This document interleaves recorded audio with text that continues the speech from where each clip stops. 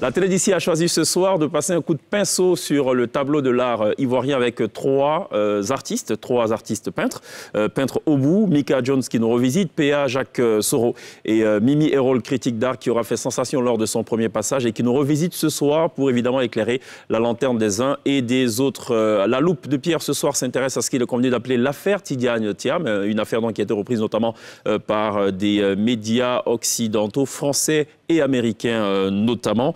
L'INSEE qui dans Take It Easy ce soir s'intéresse au robot Torque et pour le volet artistique sur la scène de la télé d'ici, la T-Band a choisi de nous faire revisiter un titre culte du côté du Sénégal, c'est Tadjibon de Ismaël Lo et puis certainement le titre africain le plus vu, le plus téléchargé dans cette période de pandémie Covid, c'est Jérusalem de Master KG en feat avec Nansebo. La télé d'ici, l'essentiel de ce que vous êtes toujours en droit de savoir ici. Bonsoir, bienvenue.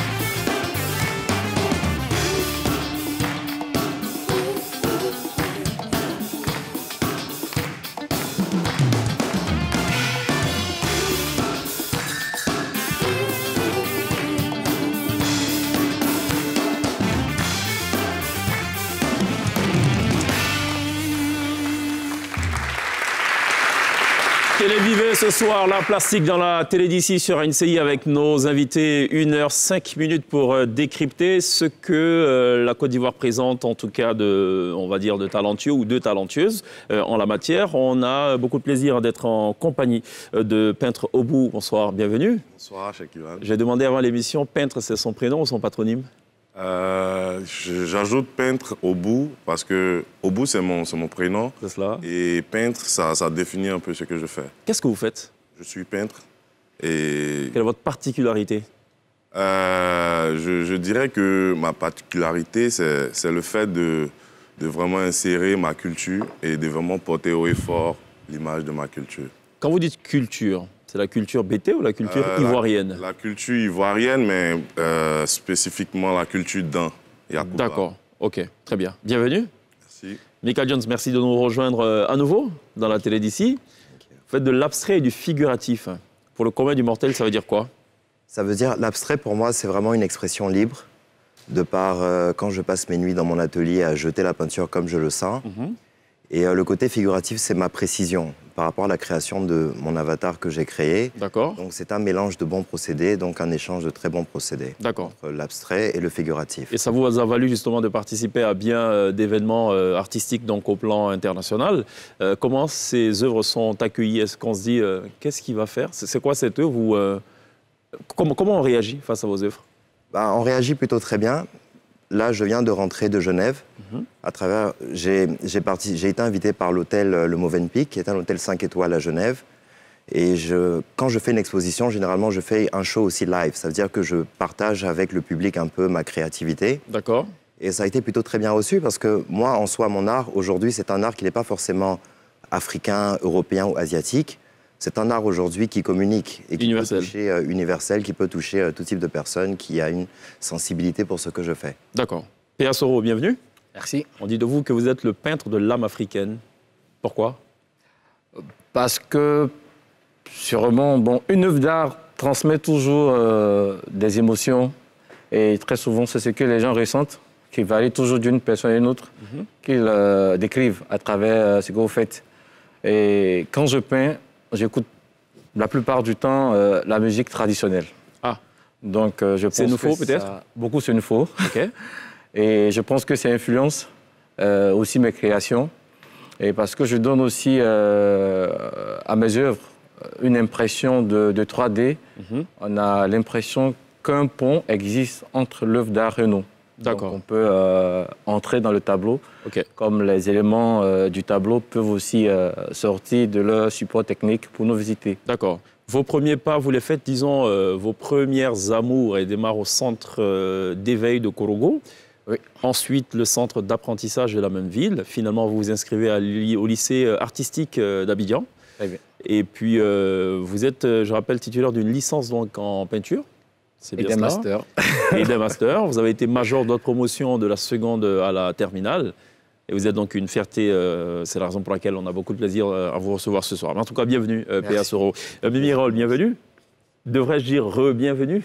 Oui, absolument, c'est très vrai. Alors, Mika disait tout à l'heure, en gros, il n'y a pas vraiment de règles dans son travail. Il peint comme il le sent, il jette sa peinture comme il le sent. Est-ce que c'est orthodoxe, ça, cette façon de faire? Oui, mais c'est souhaitable hein, parce que peindre, c'est se dire. Et se dire, c'est comme on est. Et je pense qu'on ne peut pas chercher l'écriture de l'autre ou imiter quelqu'un d'autre. Ce n'est pas de la reproduction, c'est quelque chose d'original. Donc, de toute façon, toute peinture est un autoportrait. D'accord. Voilà, Ben, on va en parler tout au long de cette émission. Ça va, Lindsay? Très bien, merci. La peinture, ça vous dit, ça vous parle? Oui, tout à fait. Comment? Ça vous parle comment? J'aime bien l'art contemporain. D'accord. J'aime bien aussi l'art abstrait, par exemple, ce que Mika Jones fait. Thank you. Et voilà. D'accord. Ça va, Pierre? Très bien, merci. Vous êtes très colorful pour le coup, avec la chemise. Est-ce pour annoncer votre penchant aussi pour les œuvres artistiques, les œuvres plastiques ou... Oui, c'est vrai que ça parle aussi au quotidien, à observer, à regarder. Enfin, j'en fais pas, mais voilà, D'accord. très sensible à l'art. Ok. Est-ce qu'un tableau Mimi Roll doit juste être considéré comme une œuvre de célébration de la beauté, sans plus? Bon, il faut savoir ce qu'on met dans la beauté.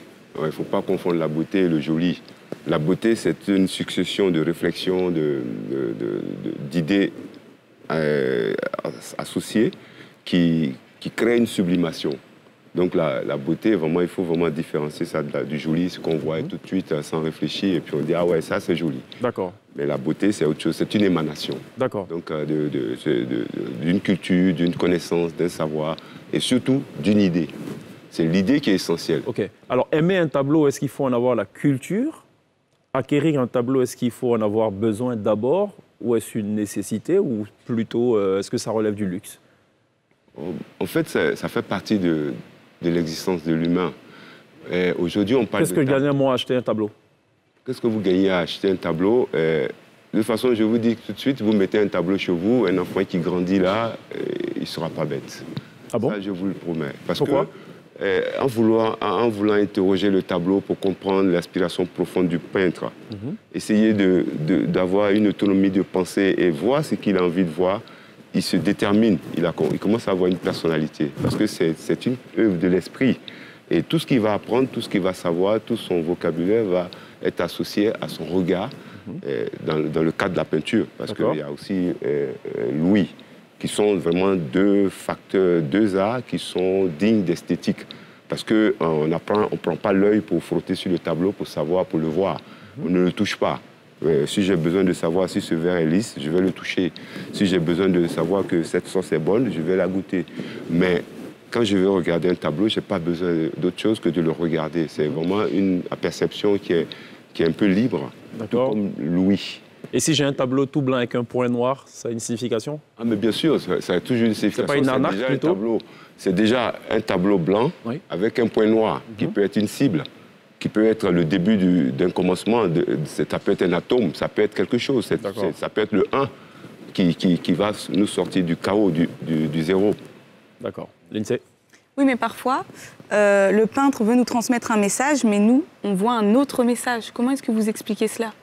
Je ne sais pas, devant l'œuvre d'art, on est libre. On est libre de voir ce qu'on a envie, mais dans tous les cas, le peintre, lui, quand il travaille, généralement, comme j'ai dit tout à l'heure, il n'est pas en dehors de lui. Quand il est en dedans de lui, il n'est pas en dehors. Parce que sinon, il imite ou bien donc il se dit. Et moi, je peux vous dire quelque chose que je pense être une vérité, et puis vous pouvez dire le contraire. Vous pouvez contredire ça, vous pouvez y aller et ajouter. Donc le peintre, vous peignez votre vérité, mais qui n'est peut-être pas forcément la vérité. C'est ça? Oui, c'est pas la vérité. Donc on laisse libre cours à toute forme d'interprétation. Mais bon, l'interprétation, c'est... Il faut avoir quand même une petite culture, quoi, pour pouvoir interpréter. Mais ça devient compliqué. S'il faut avoir une culture, c'était ça le sens de ma question. Il faut avoir une culture, mais en même temps, un gamin de 5 ans qui comprend rien à ce qui est exposé au mur. Enfin, La peinture, il n'y en a pas la culture. En fait, la peinture, moi je pense que c'est comme un miroir. Une œuvre d'art, quand elle finit, elle est comme un miroir. Chacun voit selon sa sensibilité.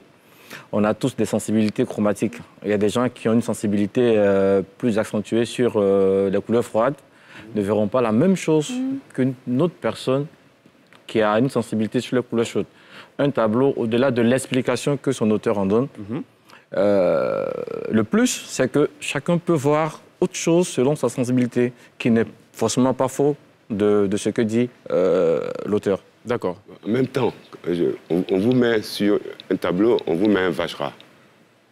On vous met? Un vajra. Vous savez ce que c'est un vajra? Non, je ne sais pas. Qu'est-ce que c'est? Oui, bon, c'est un outil de musique des Indiens. D'accord. Et donc, vous voyez ça. D'abord, c'est la forme et les couleurs qui font un tableau. Quand vous avez la mémoire d'un tableau, c'est la couleur et la forme. Et donc, vous trouvez devant un inconnu et vous essayez de savoir qu'est-ce que c'est. Vous vous posez la question. Mais le pire pour vous, ce sera de voir le titre, on vous dit c'est le Vajra, de vous arrêter là et pour dire, moi, je n'ai rien compris à cette peinture. Ça va vous amener à aller chercher. D'accord. Déjà, cet acte que vous allez poser va vous permettre déjà d'ouvrir un champ. Très bien. Mettons-nous cette fois du côté du peintre, Mika. Est-ce que quand vous peignez, vous tenez compte justement de tout ça, de la perception que le visiteur ou l'acquéreur pourrait avoir? Absolument pas. D'accord. Moi, quand je peins, il faut savoir... En fait, vous n'en faites qu'à votre tête. Moi, déjà, mon art est parti du fait que j'ai illustré mon journal intime, dont j'ai une relation très personnelle avec ce que je crée. Et je pars du principe que je suis un être humain, j'ai des émotions, parce que moi, ma spécialité, c'est de transformer mes émotions en idées créatives.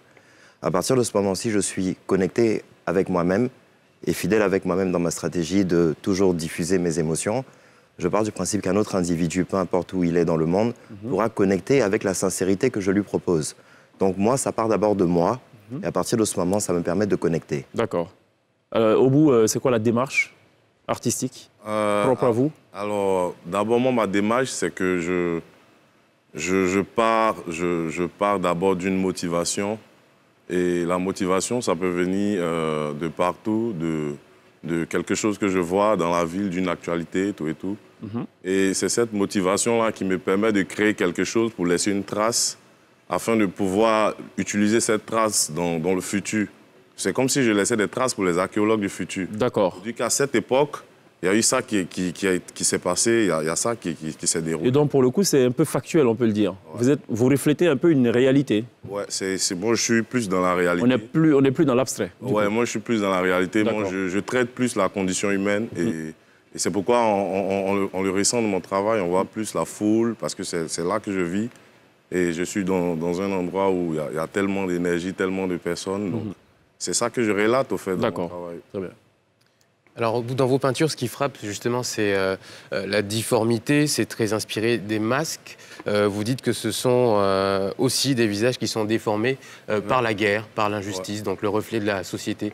Est-ce que vous vous définissez comme un peintre engagé? Pour vous, c'est quoi le rôle d'un peintre dans la société, finalement? Alors c'est vraiment ça. Moi, je suis un peintre engagé parce que depuis les Beaux-Arts, M. Mimi Roll, il a été aussi mon professeur. C'est vraiment un sujet que j'ai vraiment soutenu depuis longtemps, les victimes de guerre. Et c'est un truc qu'on a oublié, mais après, c'est à l'intérieur de moi-même. Et ça, je vis chaque jour, je me souviens encore chaque jour. Et c'est ce qui fait que quand je veux bien dessiner, ça ne sort vraiment pas bien, parce que je me dis, l'homme n'est pas parfait.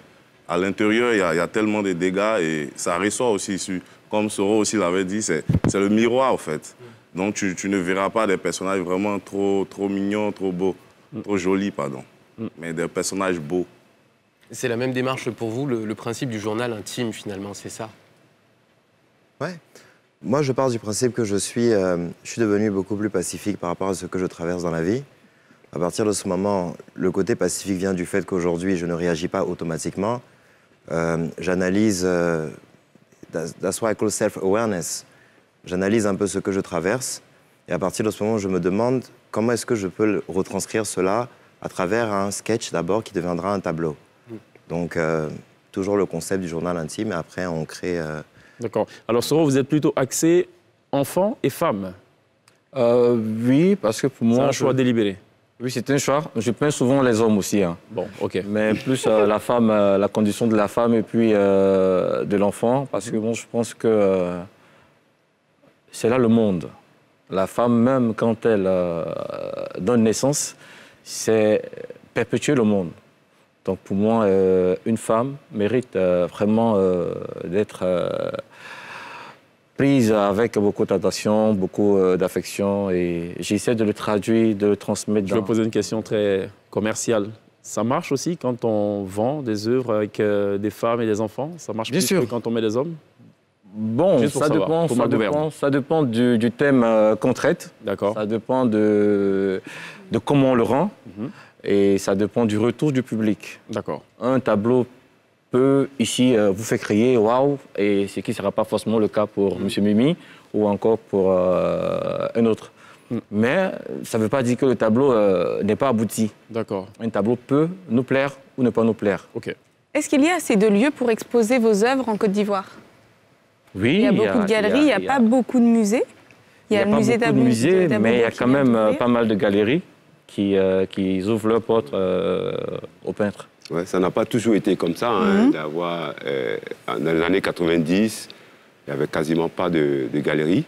Et ça a été tout le problème de la Côte d'Ivoire. C'est-à-dire que quand on bascule, quand on prend l'indépendance et qu'on veut appartenir au pays dit moderne, et où la culture n'est plus exprimée comme on le faisait de façon traditionnelle, il fallait un art, mais qui est un système.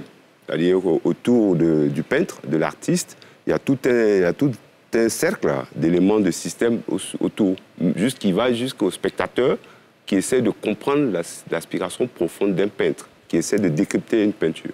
Donc il y a le musée, il y a les médias. Oui, mais pourquoi il n'y a pas plus de musées à Abidjan ou même en Côte d'Ivoire en général? Ouais, bon, ça commence en 60. On fait notre première école de beaux-arts en 70.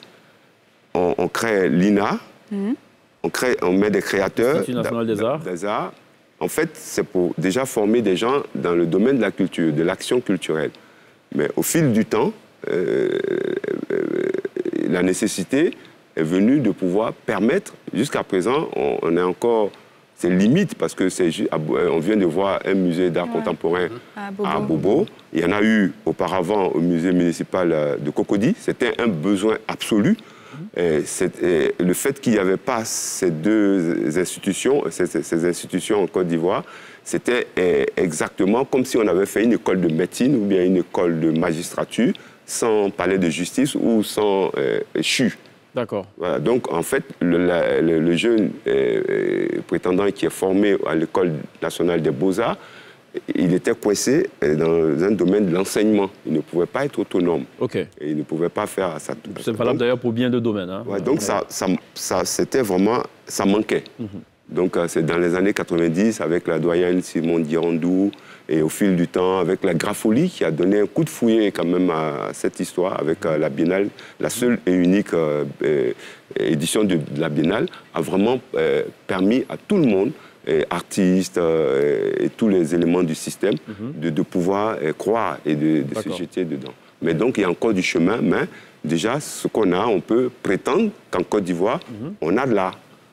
Sans qu'on n'avait pas de musée, c'était un peu galvaudé l'expression. D'accord. Voilà. Alors, question un peu banale. Différence entre musée et galerie? Pour ceux qui nous suivent. Quand l'artiste travaille, quand ça sort de la galerie et de son atelier, ça va directement à la galerie. C'est l'espace de commercialisation. OK. Et comment se faire repérer par un commissaire d'exposition? Dans tous les cas, bon, moi personnellement, je vais dans les ateliers. Non seulement je suis en contact avec les artistes, mais c'est des visites d'ateliers. Et c'est pour ça que c'est important que, par exemple, dans les écoles, dans le cursus d'un enfant qui part de la maternelle jusqu'à, je sais pas, finir ses études, il faut vraiment qu'il ait la possibilité de visiter un musée ou un atelier. D'accord. Voilà. Donc vous disiez une galerie, c'est pour vendre. Le commerce, c'est associé. Musée, c'est pour exposer. C'est un peu pour... L'histoire, peut-être. C'est un peu l'histoire. Comme je dis, c'est un peu cristalliser l'esprit général d'une culture, d'un esprit, d'un moment. Très bien. Voilà, c'est un peu... Il y a une distance quand même. Est-ce qu'une œuvre est destinée à vocation à rester ad vitam aeternam dans un musée? Bon, le fait d'être dans un musée, c'est d'abord un choix de prendre une œuvre et la mettre, parce qu'elle représente quelque chose. Si on voit quelqu'un ici, par exemple en Côte d'Ivoire, il y a des gens comme Michel Kodjo, on met son tableau, on dira que c'est le premier artiste qui a fait une exposition dans l'esprit. D'accord. Voilà. Okay. Et donc on racontera l'histoire. Okay. Mais bon, si l'œuvre est valable, s'il y a vraiment une raison pour de l'existence qui donne le besoin d'être connu, on le met dans le musée. Factuel, figuratif, 3D, ou comment je dois dire? Figuratif, bon, 3D aussi. OK. Alors, apparemment, chacun y va de son inspiration, mais je présume qu'il y a des règles quand même à observer pour peindre sur un tableau. Il y a des règles, il y a des sortes de conventions ou pas? Ou est-ce qu'on se lève, on jette de la peinture et on va vendre le tableau dans une galerie, on dit voilà, voici ma création, interprétez comme vous le voulez. Je n'ai pas pensé d'ailleurs à vos interprétations, mais bon, c'est bien, vous y avez pensé, c'est très bien. Il y a quand même des codes ou pas? Alors, je peux? Oui, allez-y. Moi, ce que je pense aujourd'hui de la peinture et surtout de l'art contemporain, c'est vraiment conceptuel. Et il faut d'abord avoir un concept. Tu peux travailler sur tous les supports que tu veux. Ouais. C'est de l'art, c'est le fait de laisser une trace sur un support, de laisser une idée sur un support. Donc, on ne va pas regarder les supports. Mais il n'y a pas de règles? Il y a des règles lorsqu'on parle d'académisme aux Beaux-Arts. Oui, d'accord. Après qu'on parle de l'art contemporain aujourd'hui, il n'y a vraiment pas de règles en tant que telles. D'accord. Pour moi, personnellement, il n'y a pas de règles. Ouais, ceci dit, quand même, c'est la primauté de l'idée sur la matérialité de l'œuvre. D'accord. Voilà. Il faut qu'il y ait une idée. Une œuvre qui n'a pas d'idée est matérialiste, juste matérialiste. Mais est-ce que, par exemple, je peux me lever? Allez-y, oui. J'ai aucune formation, je sais plus ou moins dessiner, et dire, bon, bah voilà, je suis peintre, ou il faut un minimum de formation? Alors, Mika? par rapport à ça, déjà par rapport à la question de M. Cheikh Ivan, concernant les règles, moi je pars du principe que c'est important de créer ses propres règles pour gagner.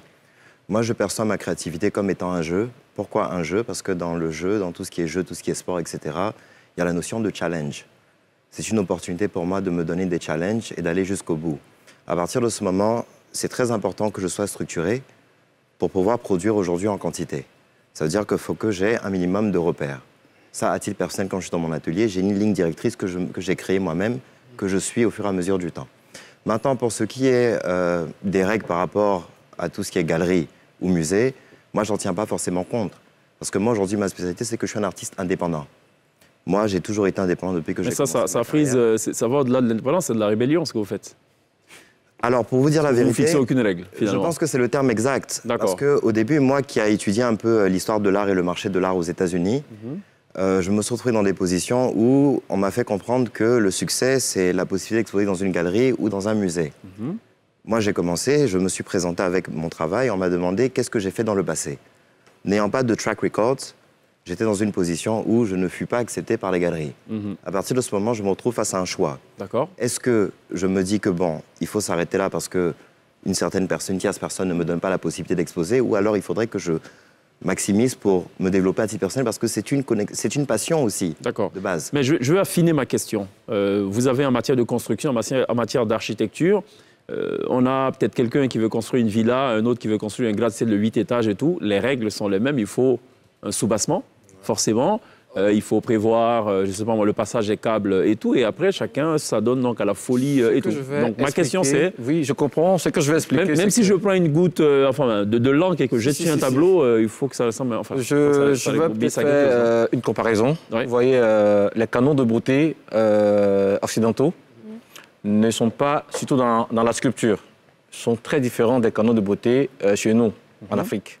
Parce que le sculpteur africain ne travaille pas de la même manière que le sculpteur occidental. Eux, par exemple, on dit un personnage parfait, la tête doit faire 7 fois et demi le corps. D'accord. Mais le sculpteur africain, ça dépend de l'idée qu'il y a derrière.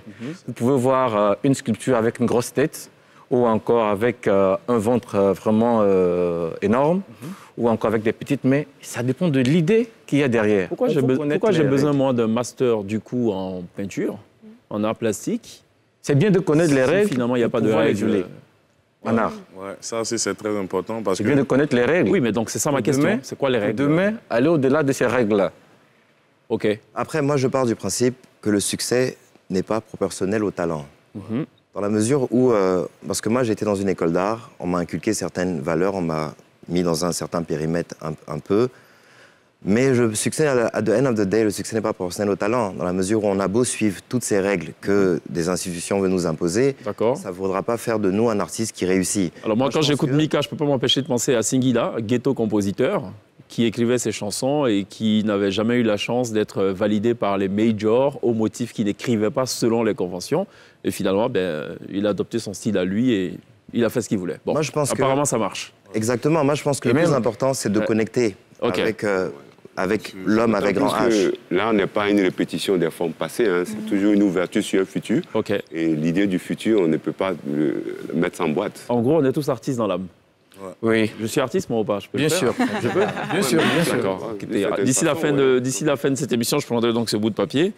Je vais écrire quelque chose là et puis on va l'afficher. Je fais beaucoup de battage médiatique, marketing, ça va marcher. Je serai donc un artiste célèbre. Je pense que là, il faut faire quand même attention. Ah, mais pourquoi? Il n'a pas fait attention, Mika. Pourquoi je fais attention, moi? Parce que si vous faites un geste que vous-même, vous ne maîtrisez pas, vous pensez que quelqu'un va vous suivre dans un geste non maîtrisé. En fait, pour créer un tableau, moi, par exemple, pour créer un tableau, je peux mettre 3 semaines, voire plus, à mûrir l'idée. Oui. Une fois que l'idée et le processus est bien établi dans ma tête, je peux mettre peut-être 1 journée ou bien 2 journées à faire le tableau. Mais il y en a qui sont peut-être plus efficaces et qui mettront peut-être... pour l'idée. Pour concevoir l'idée. Savoir vraiment ce que vous voulez faire. Savoir ce que je veux faire et sur à quoi ça va répondre. D'accord. Même si c'est pour mettre un point vous levez pas, et puis, sur une toile, j'ai d'abord mûri cette idée-là 3 semaines ou au minimum 1 mois à l'avance. Moi, je suis un peu d'accord avec ce qu'il disait. Je pense qu'il y a une certaine notion de maîtrise. Moi, je crée mes propres règles pour gagner. Et je pars du principe que le cerveau de l'homme passe par 4 phases pour emmagasiner une information, une idée, pour qu'elle fasse partir de son being. Le premier stade, je pense que c'est l'incompétence inconsciente. C'est quand l'homme ne sait pas ce qu'il ne sait pas. Le deuxième stade, c'est la compétence consciente, c'est quand il sait qu'il ne sait pas. Le troisième stade, c'est la compétence consciente, c'est quand il sait qu'il sait. Et malheureusement, beaucoup de personnes restent au troisième stade, qui est la compétence consciente, et ne pratiquent pas la répétition qui nous emmènera à la compétence inconsciente. C'est quand cet acte qu'on répète fait partie aujourd'hui de notre being. D'accord. Je ne sais pas comment traduire being en français, mais c'est une habitude. D'accord, ok. Bon, il y en a qui ne savent pas, qui ne savent pas. Ça aussi, on peut peut-être rajouter. On va enchaîner tout à l'heure, Mimi Roll. Juste le temps de marquer une pause. Il y a la loupe de Pierre pour parler de ce sujet qui a alimenté évidemment l'actualité ces derniers jours. C'est donc ce qu'il a convenu d'appeler l'autre affaire Tidiane Thiam. On développe dans quelques instants. Juste rappelle le jingle.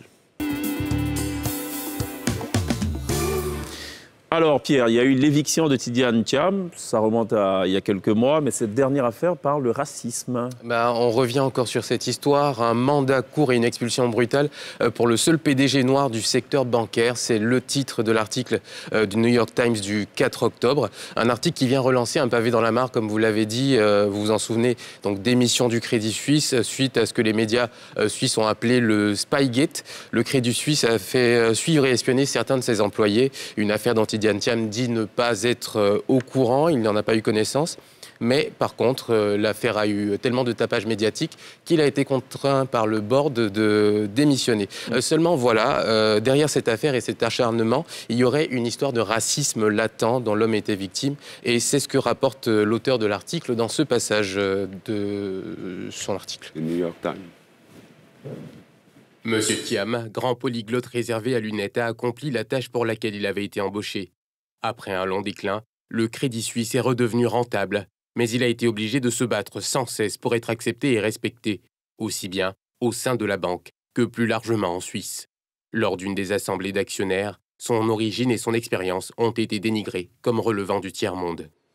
Alors, dans un autre passage de l'article, on raconte une histoire. Donc, Tidiane Thiam est le seul invité noir à la soirée d'anniversaire du président du conseil d'administration du Crédit Suisse. Et donc, il y a un spectacle au goût discutable. Un homme noir, donc déguisé en concierge, danse en nettoyant le sol. Et là, on raconte que Tidiane Thiam quitte la pièce en colère. Il revient plus tard et il est encore plus choqué parce qu'il va retrouver d'autres amis de Huss Rohner, donc, qui effectuent un numéro sur la scène avec des perruques afro en train de danser. Donc, voilà. Ça revient un peu dans tout ce qu'on disait, blackface, ce genre de choses qui choquent aujourd'hui. Donc en 2015, Tidiane Thiam avait accordé une interview à l'ex-présentateur vedette de la RTS, Darius Rochebin, où il relevait déjà des expériences dans son parcours où il avait été confronté au racisme compte tenu de ses origines noires. Et écoutez, j'ai un actionnaire, je peux le dire, j'ai un actionnaire qui a dit à un journaliste, parce qu'il était dans tous les journaux à me critiquer, il a dit, mais pour qui il se prend ce nègre? Il pense qu'on va le laisser faire une OPA de 35 milliards de dollars. Ça je l'ai vécu. C'est un actionnaire, un de mes top 10, qui a dit ça à un journaliste.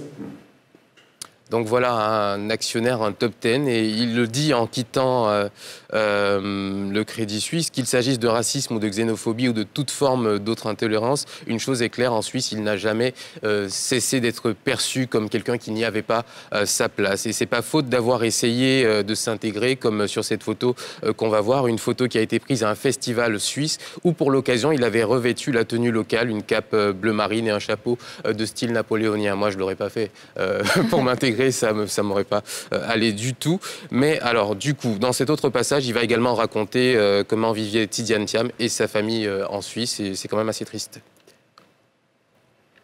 Qu'il s'agisse de racisme, de xénophobie ou de toute autre forme d'intolérance, une chose est claire. En Suisse, M. Thiam n'a jamais cessé d'être perçu comme quelqu'un qui n'y avait pas sa place.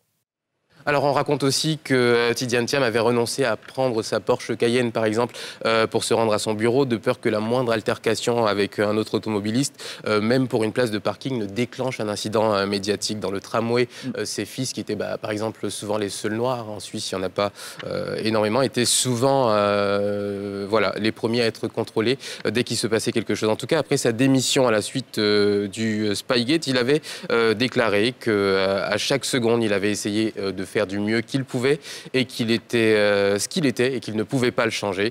Et donc reprocher à quelqu'un d'être qui il est, c'est l'essence même de l'injustice. Donc impossible donc de ne pas y voir une référence claire à ses origines noires.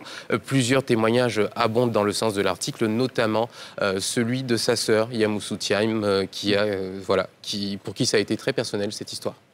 Je serais curieuse de savoir si aujourd'hui ils auraient l'honnêteté d'enfin reconnaître que voir un nègre à la tête de l'une de leurs plus prestigieuses entreprises leur a été insupportable. Merci Pierre pour cette loupe. Et l'un des membres du board a d'ailleurs de se défendre de racisme en disant mais si on avait été raciste, on ne l'aurait pas recruté justement il y a quelques années. Bon, évidemment, cette affaire donc alimente l'actualité, on l'a dit déjà en Suisse, en Europe de façon générale, mais également aux États-Unis avec notamment cet article du Financial Times. Ça marque une pause, il y a la pub, on revient juste derrière.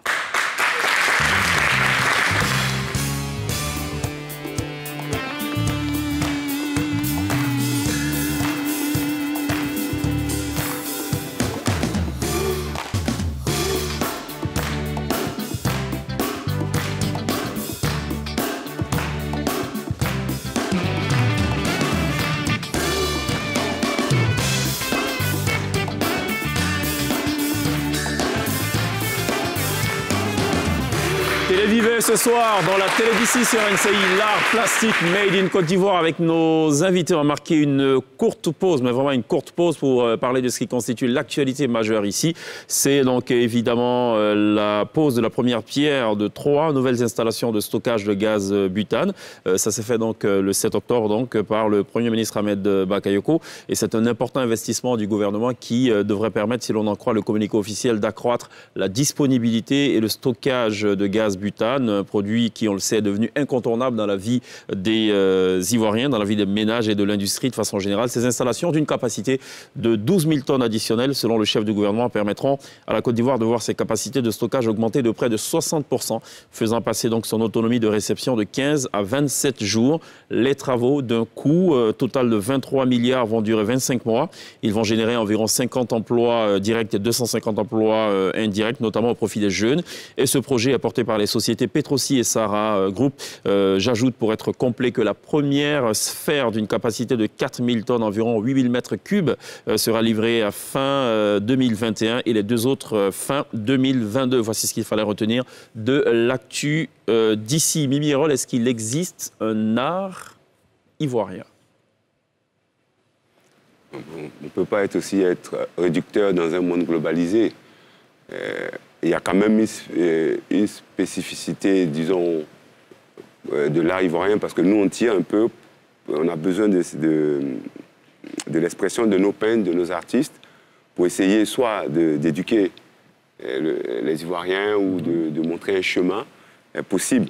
Mais je pense que ça sera tellement se limiter de dire qu'on fait un art spécifiquement ivoirien. Mais quand Obou peint sur la base de sa culture propre, qui est une culture, enfin un pan de la culture ivoirienne, est-ce qu'on peut parler d'art ivoirien? C'est une inflexion sur lui-même, mais pour travailler dans un espace international, parce qu'il ne va pas réduire son public à un public ivoirien. D'accord, non, je ne parle pas là, je ne me mets pas du côté du public. Hein. Je parle dans la façon de concevoir, dans la façon de créer. Est-ce qu'il y a un style ivoirien? La Côte d'Ivoire était un pays international, à ce que je sache.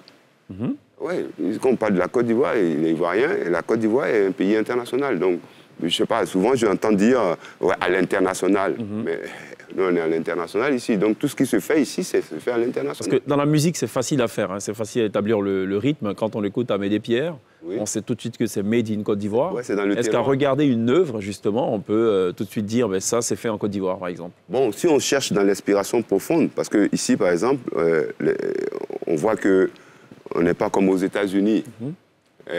Par exemple, les États-Unis, par exemple, pour donner le bon exemple, en 1929, les États-Unis étaient par terre. Ils ont commencé leur pays sans mettre de l'art. En 1929, c'était tombé. Donc, ils ont fait le New Deal, que tout le monde connaît. Mais ce que les gens ne connaissent pas, c'est le Federal Art Project qui a été introduit. Et ça a permis des gens comme Jackson Pollock, des artistes, c'était des clochards. Ils ne vivaient pas de leur art. Hein.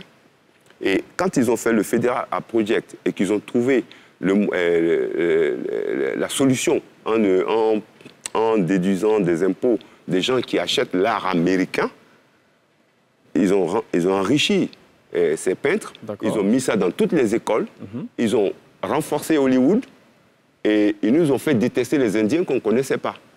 Parce que c'est avec la culture, c'est avec le cinéma qu'ils nous ont fait détester des Indiens. Donc avec ça, on peut parler d'une spécificité politique intérieure américaine qui a interagi même jusqu'en Europe. D'accord, il y a une volonté politique, il y a une décision politique et on a favorisé quelque chose. Oui, l'Amérique a une tendance abstraite. L'Europe avait une tradition figurative, mais à force d'avoir un marché fort et dynamique, l'Europe a suivi. D'accord. Ils ont colonisé Donc les Américains ont impulsé un mouvement. Ah ben bien sûr. À l'international. Voilà. Donc voilà où on peut parler d'une spécificité d'un art par rapport à un pays. Mais... Solo, pour le coup, bon, on ne va pas parler d'art ivoirien, mais par contre, lui, c'est plutôt africain, on va dire. Je pense qu'il y a toujours des influences. D'accord. Il y a toujours des influences. Le milieu dans lequel on grandit,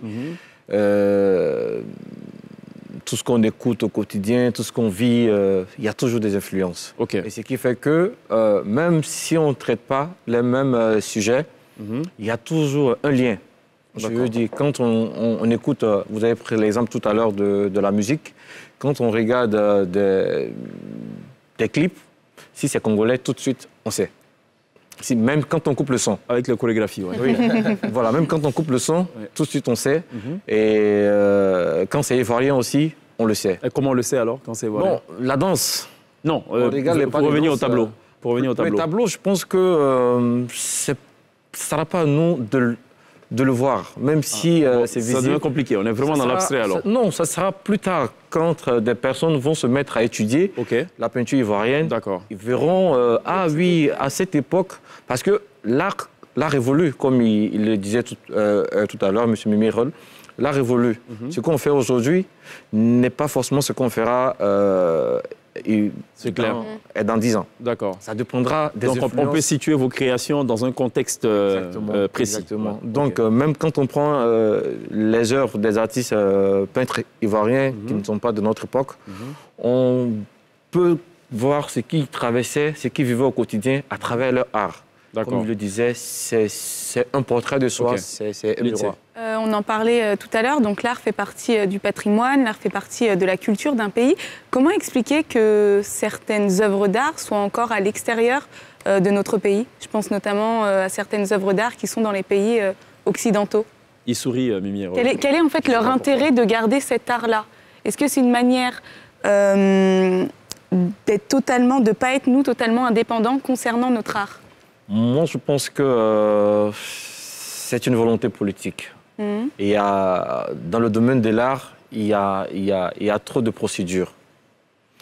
Je ne sais pas comment est-ce que ces œuvres se sont retrouvées là-bas. Et la colonisation. Aujourd'hui, on estime qu'on n'a pas les locaux ou encore on n'a pas les espaces adaptés pour pouvoir les reprendre. D'accord.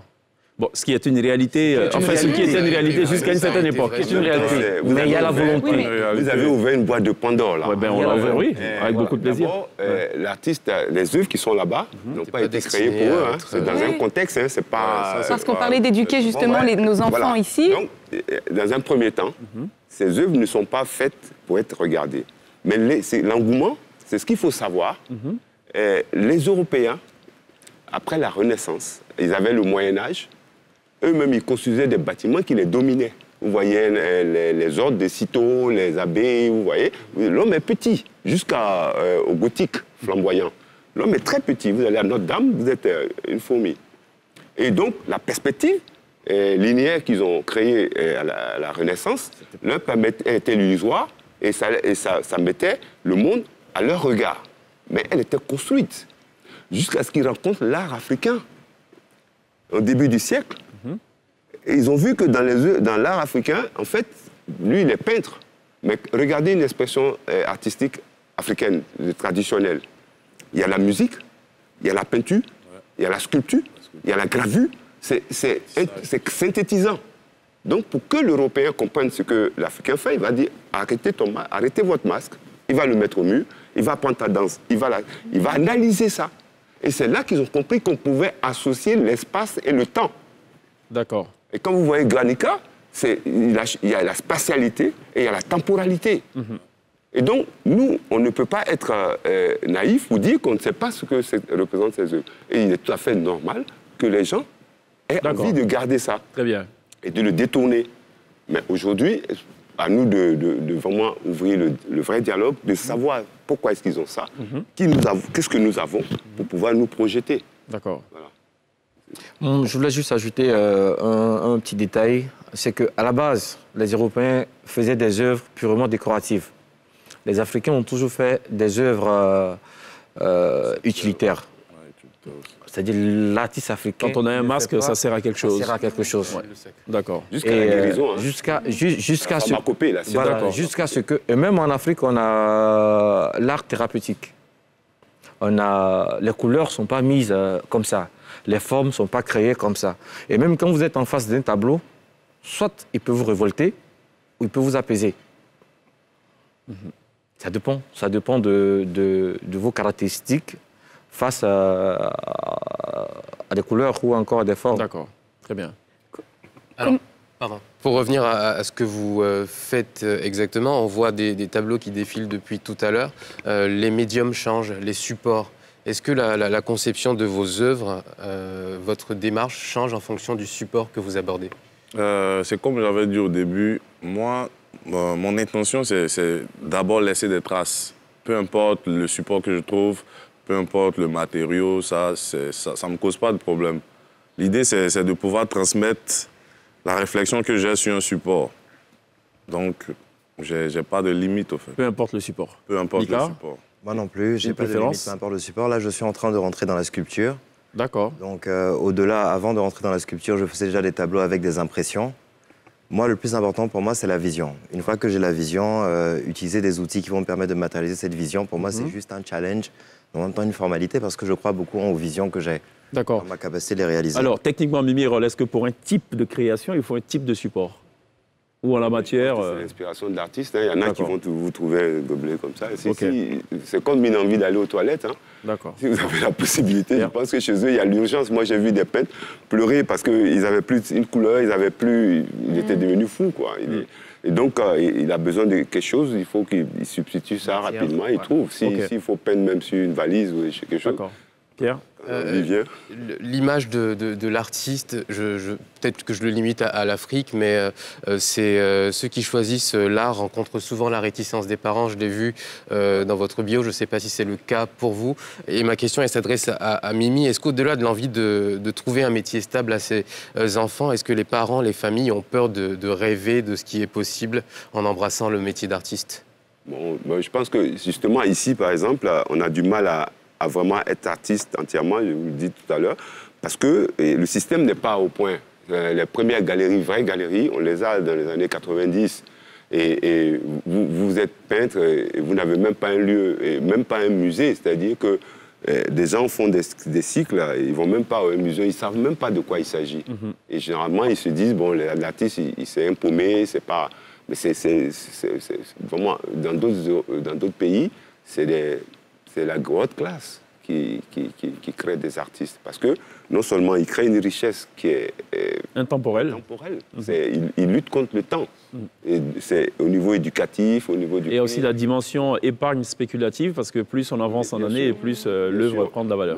Mais en même temps, la perte, ça continue toujours, puisque maintenant, les gens, ils ont toujours ce petit mépris pour certains, mais bon, je pense que ça a changé depuis un moment. D'accord. Ils ont un peu de mépris pour les peintres, mais les gens, quand ils viennent, ils ramassent, ils s'en vont avec. Hein. Après, quelqu'un me disait tout à l'heure comment on fait pour faire revenir et tout comme ça. En ce moment, ils ne sont pas en train de les voler. Hein. C'est ça. Ils les achètent. Et comment est-ce que vous évaluez justement vos toiles? Comment est-ce qu'à la fin de votre processus de création, vous vous dites, bon, cette toile, elle va valoir tant d'argent? Mika. Oui. Mika, ça parle d'argent et du coup, tout de suite... Bon, vas-y, allez. Bon, allez, Mika. OK. 30 secondes. Je t'en prie. Alors, moi, je pense que la question, c'est par rapport au fait, est-ce que c'est possible de vivre de ce qu'on produit ou pas, en quelque sorte. Parce que je pense que quand on se pose déjà ces questions, ça appelle déjà à savoir à combien we're gonna price our paintings, right? Du coup, moi, je pars du principe que dans la vie, c'est très important de ne pas qu'exister, mais de vivre. Il y avait Oscar Wilde qui disait que la chose la plus rare pour un homme, c'est de vivre. Quand il parlait d'homme, il parle d'homme avec grand H, donc il inclut dans cette réflexion les femmes. C'est de vivre car la majorité des hommes se contentent d'exister.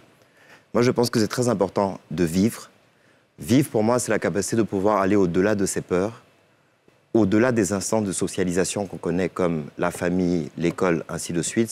C'est la possibilité de faire son bilan personnel, de se comprendre, de se connaître et d'aller au-dessus de ses peurs.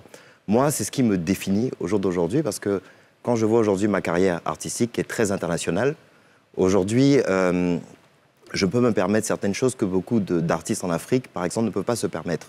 Comme quoi, par exemple? Comme par exemple, aujourd'hui, participer à tous les grands festivals internationaux. Ça, on l'a compris, mais la question de l'INSEE est précise. Comment vous valorisez un tableau? Alors, à partir de ce moment, moi, j'ai eu un minimum, j'ai étudié un minimum le marché de l'art. Donc, je ne suis pas forcément naïf. Je sais aujourd'hui qu'un artiste qui commence aujourd'hui à l'échelle internationale commence à une certaine échelle, etc. Moi, quand j'ai commencé, de par ce qu'on m'a inculqué à l'école par rapport à cette étude de ce marché d'art, j'ai commencé à partir de 5 000 €. Mais 5 000 €, ça ne choquait pas par rapport au marché international pour un artiste qui débutait. D'accord, très bien. Au plan local, Soro? Au plan local, faut d'abord considérer le fait que les Africains, les Ivoiriens n'ont pas une culture... Ça, on l'a dit en début d'émission, même si Mimi Roll nous a donné une explication très philosophique. Voilà, un tableau n'a pas de prix. Mais ça dépend. Quand vous êtes dans le marché de l'art, il y a plusieurs paramètres qu'on va prendre en compte, c'est-à-dire votre expérience professionnelle, la cote que vous avez, avant de fixer au moins le prix d'un tableau. Ça veut dire qu'un jeune artiste ne peut jamais fixer un certain montant pour une pièce. Ça va le couvrir plus tard. Moi, Parce qu'il faut tracer sa carrière artistique. Si je commence aujourd'hui à vendre à 20 millions, et demain, je vends à combien? 40. 40. Et après-demain? 1 milliard. Après, on se perd. Après, il faut... Mimi, vous l'avez dit quelque chose rapidement, mais en 40 secondes. Ce que je conseille, généralement, quand je donne mes cours, en fin d'année, je demande aux jeunes de comprendre un process. C'est-à-dire, il y a l'exposition personnelle, il y a l'exposition collective, il y a une exposition collective. Déjà, quand vous tendez 25 toiles et que vous avez une première toile, à la 25e toile, il y a un déroulé, il y a vraiment quelque chose qui vous amène comme un livre, de la page 1 à la page 30 ou 40 à la fin. Vous avez une certaine maturation de l'idée, de l'esprit, d'un continuum. Et donc, quand vous faites ce travail et que vous exposez personnellement, vous pouvez vous donner, après cette expo, vous avez une maturation, vous avez déjà un peu évolué. Vous pouvez peut-être ajouter sur votre cote de départ quelque chose. Il n'y a pas de barème. Voilà. On est d'accord? Il n'y a pas de barème sur ce marché. Particulier. Mais il vaut mieux aussi parce que les acheteurs, ce n'est pas des idiots. Hein. C'est des gens qui soupèsent, quoi. Ils ne connaissent pas le poids du tableau. Alors, j'ai une question. J'essaie de faire une petite analogie avec la musique. Le monde de la musique, quand il y a un titre qui sort, un single, et que tout le monde adopte tout de suite, ça devient un vrai succès et tout. Et donc l'artiste, par exemple, s'est fixé son cachet. Quand une œuvre paraît pour la première fois, comment on sait que ça sera, par exemple, le succès? C'est une œuvre qui sera demandée un peu partout. Et sur cette base, comment on fixe le tarif ou le prix? Toujours la même chose. Moi, je me rappelle que j'ai... Attends, une minute. Il expose, il travaille aux États-Unis. On l'invite en Europe, on l'invite en Chine, un peu partout. Et lui, sa cote ne sera pas pareille que quelqu'un qui a fait 5-6 expos juste à Abidjan. Mais donc, encore une fois, c'est le fameux track record, c'est le fameux, la fameuse réputation, le nombre d'années et tout. Il y a un aspect environnemental aussi. D'accord. Mais donc, un jeune artiste, encore une fois, ne peut pas se permettre de vendre une œuvre chère. Non, même si c'est une belle œuvre appréciée. Mais de pouvoir échelonner son travail en fonction de ce qu'il fait, son expérience qu'il acquiert. D'accord. Voilà. Si vous faites une exposition personnelle, il y a des artistes qui n'ont jamais fait une exposition personnelle. Déjà, il y a beaucoup de collectionneurs qui vont regarder votre CV. Ouais. Ils vont voir si vous avez déjà fait une exposition personnelle. C'est comme si vous avez fait déjà une thèse. D'accord. Voilà. Donc, si vous avez juste peint 2 tableaux que vous avez montrés dans une exposition dans un endroit, et puis selon la galerie, selon l'espace, selon la foire, selon la réputation. D'accord. Voilà. On va revenir sur le sujet. Hein. On va marquer une pause. Il y a la pub. Juste derrière, on retrouvera évidemment Take It Easy donc de l'INSEE et on pourra aussi revenir donc, sur la question de la tarification. On marque une pause. On se retrouve dans quelques instants.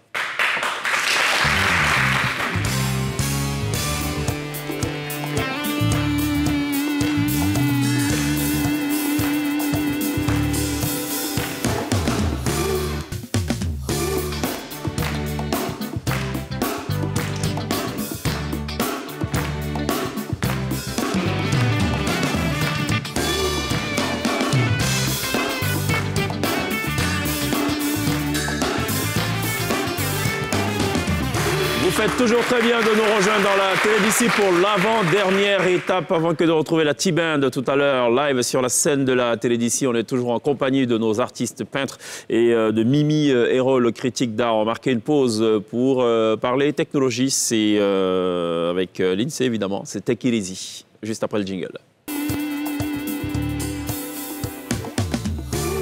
Alors, vous nous parlez du robot Torque ou est-ce que je devrais prononcer en anglais Robot Torque? Non, robot Torque. Robot Torque, ouais, okay. Ça va.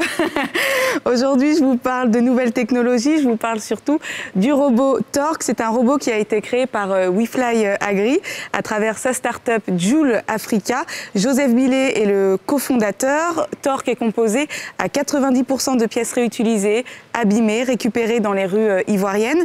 C'est donc un objet et un robot totalement recyclé. Il a été conçu en un mois. Et ce qu'il faut savoir, c'est que Torque, de base, était un projet qui devait sortir en 2021. Mais vu la situation sanitaire, ils ont avancé tout le processus. Le robot a été créé dans un premier temps pour lutter contre le Covid-19.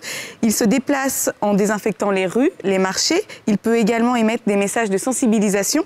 Et dans un second temps, vu qu'il pulvérise, il peut servir pour le nettoyage des rues et également pour sensibiliser la population pour le recyclage ou bien pour les élections à venir. En termes d'alimentation, ce sont des batteries d'une autonomie d'au moins 1 heure. Il est également doté d'un réservoir de 11 litres qui peut être agrandi selon les besoins du client.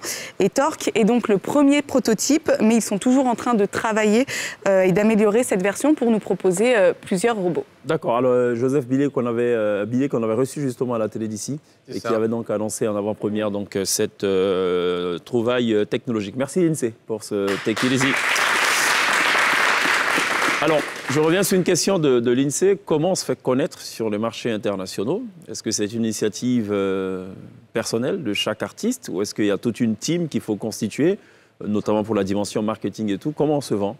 Mika, j'aimerais déjà avoir l'avis de Mika ensuite au bout. Moi, en ce qui me concerne, j'ai adopté une approche très... En ce qui vous concerne, vous avez des photographes qui vous suivent et des cadreurs, ça on le sait. Ouais. Maintenant. Ouais, Maintenant. okay. Mais au début, j'ai vraiment maximisé dans l'indépendance. Comme je vous l'avais dit, vous aviez parlé de rébellion, dans le sens où je fus rejeté par certaines galeries. À partir de ce moment, étant toujours passionné, je me dis, fidèle à ma passion, il faut que je travaille. L'avantage aussi que j'ai eu, c'est que nous sommes dans un monde aujourd'hui où nous avons des réseaux sociaux qui nous donnent aujourd'hui la possibilité de s'exprimer. Et au passage, je vous invite à regarder mon Instagram, parce que pour la question de savoir si un artiste peut vivre de ce qu'il fait, je vous invite à regarder les archives et que vous puissiez juger. D'accord. Instagram, @mikartjones, MIKARTJONES. D'accord. Alors, via ces facteurs, ces vecteurs de communication que j'utilise personnellement, j'ai réussi à me faire un public. Ok. D'accord, très bien. Donc vous avez, c'est une initiative personnelle que vous avez nourrie et que vous continuez donc de faire. Peintre Bou?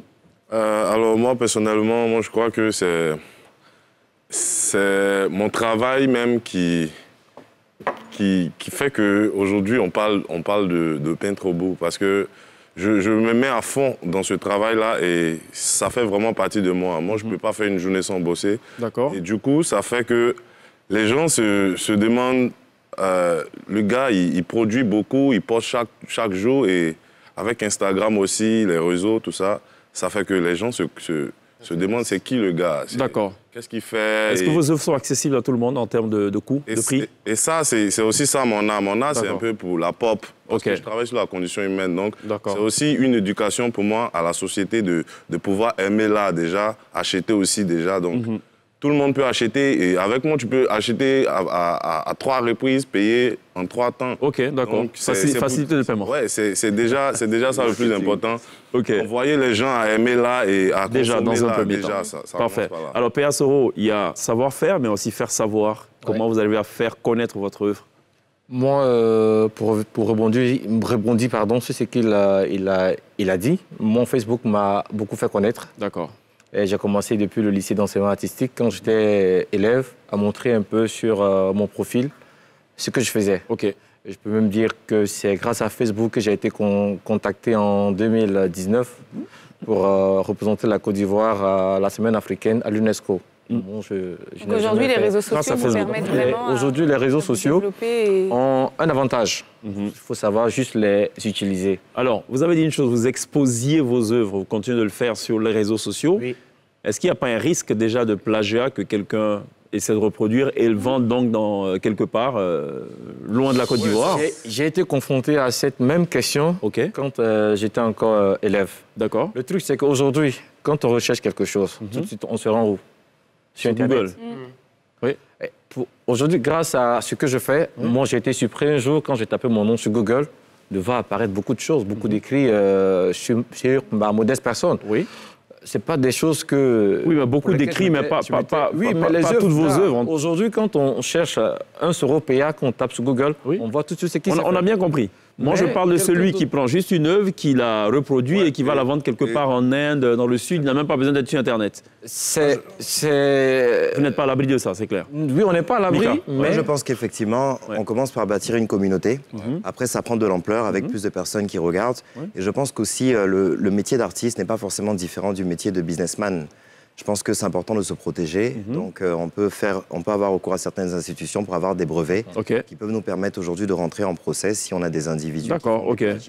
Sinon, il n'empêche, vous n'êtes pas à l'abri du plagiat, du tout. Non, mais bon... Nul n'est à l'abri du plagiat. J'ai déjà été contacté par une dame qui est au Togo et qui a beaucoup aimé de mes tableaux et qui l'avait imprimé.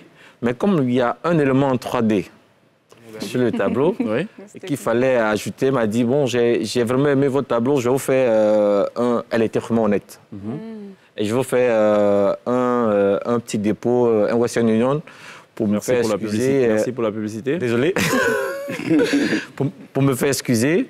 Et voilà, il y a des personnes comme ça qui sont honnêtes. Mais il faut arriver à créer ces obstacles-là dans ces travaux. Oui, bon, ça on a compris, mais dans tous les cas, vous n'êtes pas à l'abri de la contrefaçon, c'est ce qu'on a retenu. Mais du coup, comment on protège une œuvre?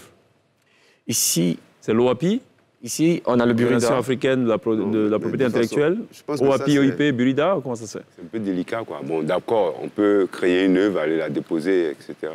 Mais je pense que quelqu'un qui, la Joconde, par exemple, elle a été copiée, je ne sais pas combien de fois, plusieurs fois. Ok, que vous avez eu la chance... de donner un bisou. Un bisou.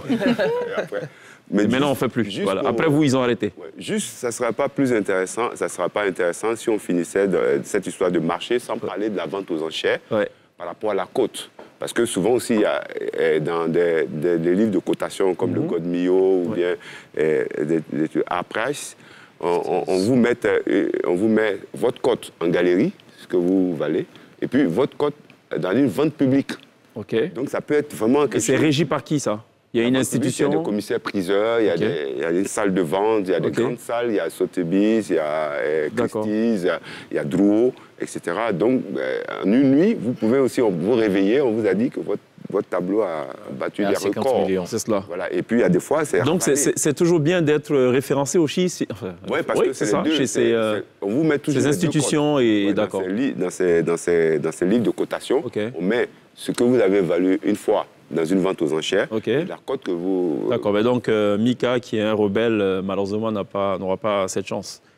Non, pas forcément, j'ai aussi des opportunités. Hein. On a compris. Et j'ai déjà participé à des ventes aux enchères. Parfait, on a compris. Marquons une pause, c'est la toute dernière pause. On sera rejoint dans quelques instants par la T-Band pour le volet artistique sur la scène de la télé d'ici.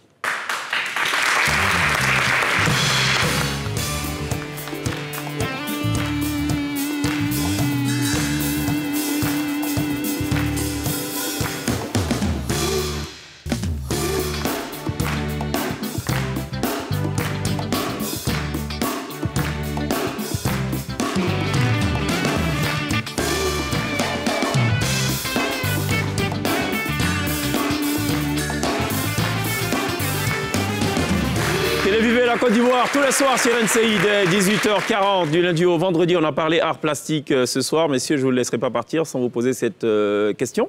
Le conseil municipal de la commune la plus peuplée de Côte d'Ivoire, donc à Bobo, a entrepris de faire peindre donc, des espaces ou des murs, des pans de différents murs de la commune. Vous en pensez quoi? C'est une bonne chose ou pas? Moi, je pense que c'est au bout à bosser sur le projet. Oui, c'est moi-même qui a bossé sur ce projet. C'est cela. D'accord, donc c'est une bonne chose. Mika? Moi, je pense que c'est une très bonne chose, parce que moi, j'ai déjà participé à ce genre de projet à Montréal. Il y a ce qu'on appelle le Festival Mural pendant le Grand Prix.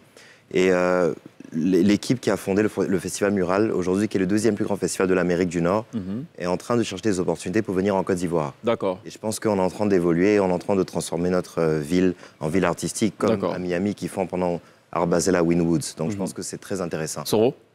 Bon, je pense que c'est intéressant, mais on peut permettre aux artistes de mieux vivre de leur art. On a beaucoup d'institutions, on a beaucoup de structures où si on prend un tableau au moins avec chaque artiste pour décorer ses pans de mur, on a beaucoup d'ambassades qui manquent des œuvres d'artistes peintres. Oui. Et si on là, on parle de façade, hein, on ne parle pas d'intérieur. Là. Oui, mais moi, je parle de l'intérieur. OK, bon, OK. Plus encore donc, pour vous, c'est bien, mais il faut encore déjà il faut valoriser l'intérieur. Puisque sur les murs, après, il faudra les retravailler encore chaque fois. Mais c'est bien, ça crée de... Oui, c'est de l'argent qui entre là pour les artistes, c'est bien. Chaque fois qu'il faut renouveler, il faut payer de l'argent. C'est pas, mais bon... C'est pas un contrat à vie, ça. À l'intérieur, quand on rentre dans un bureau et qu'on voit le tableau, le travail d'un artiste, là-bas, ça a plus de...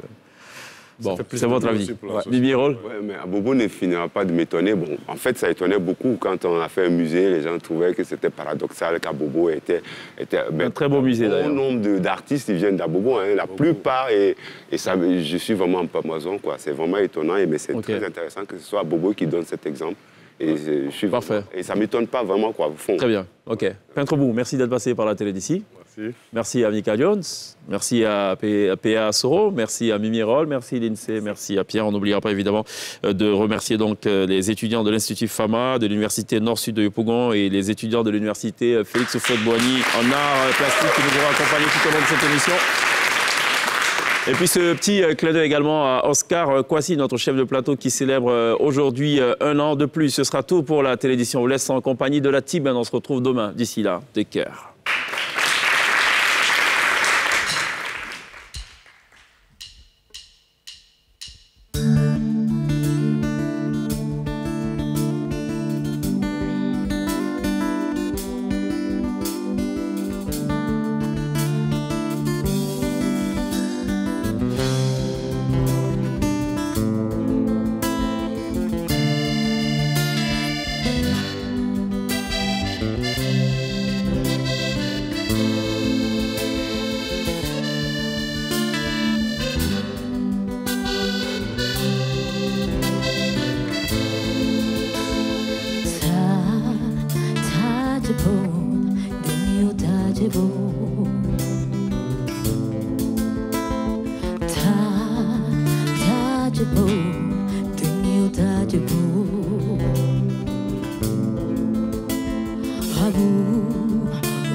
Jama nyare malaika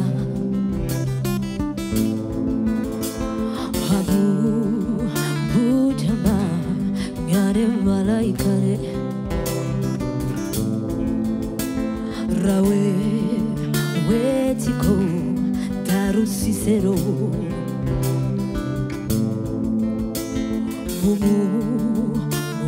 Jama nyare tulinga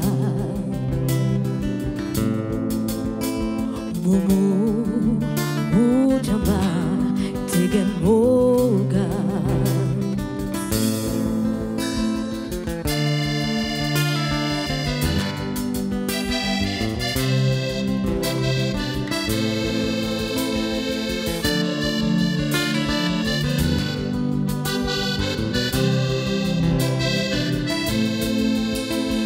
Rawe wetiko Cicero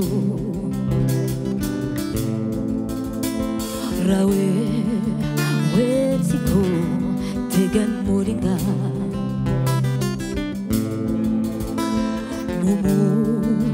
Munina tegan morga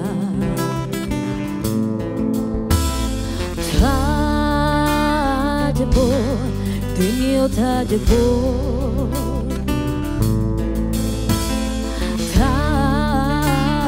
Tajabo, bring your tajabo.